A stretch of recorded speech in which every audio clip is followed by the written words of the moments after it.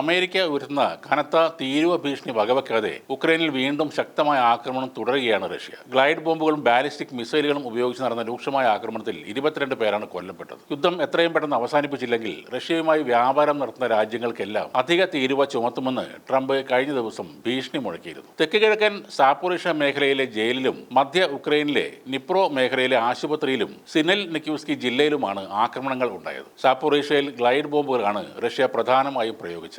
ആ ആക്രമണത്തിൽ 17 തടവുകാർ കൊല്ലപ്പെട്ടു, 80 പേർക്ക് പരിക്കേൽക്കുകയും ചെയ്തു. പരിക്കേറ്റ തടവുകാരിൽ 42 പേരുടെ നില ഗുരുതരമാണ്. ആക്രമണത്തിൽ ജയിലിൽ ഉണ്ടായിരുന്ന ഡൈനിങ് ഹാൾ തകർന്നു. അഡ്മിനിസ്ട്രേറ്റീവ് ക്വാറന്റൈൻ കെട്ടിടങ്ങൾക്ക് സാരമായ കേടുപാടുകളും സംഭവിച്ചു. എന്നാൽ തടവുകാർ ആ ജയിലിൽ നിന്നും രക്ഷപ്പെട്ടതായി റിപ്പോർട്ടുകൾ ഒന്നുമില്ല. നിപ്രോയിൽ കെട്ടിടങ്ങളും ആശുപത്രികളുമാണ് റഷ്യൻ ആക്രമണത്തിൽ തകർന്നു വീണത്. ഈ ആക്രമണത്തിൽ ഗർഭിണി ഉൾപ്പെടെ 4 പേർ കൊല്ലപ്പെട്ടു, 8 പേർക്ക് പരിക്കേൽക്കുകയും ചെയ്തു. സിനെൽ നിക്യൂസ്കി ജില്ലയിലുണ്ടായ ഡ്രോൺ ആക്രമണത്തിൽ ഒരാളാണ് കൊല്ലപ്പെട്ടത്, 2 പേർക്ക് പരിക്കേറ്റു.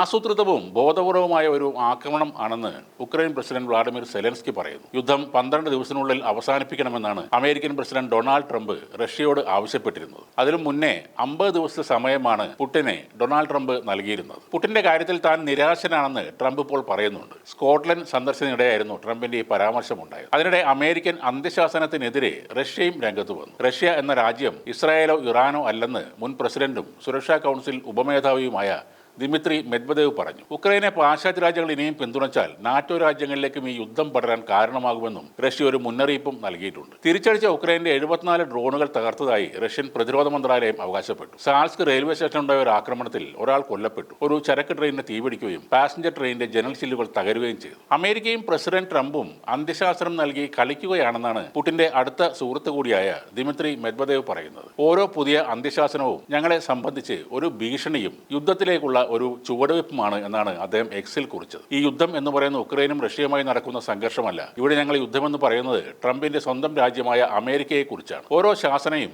ആ യുദ്ധത്തിലേക്ക് നയിക്കുന്നു എന്നാണ് മെദ്വദേവ് പറഞ്ഞത്.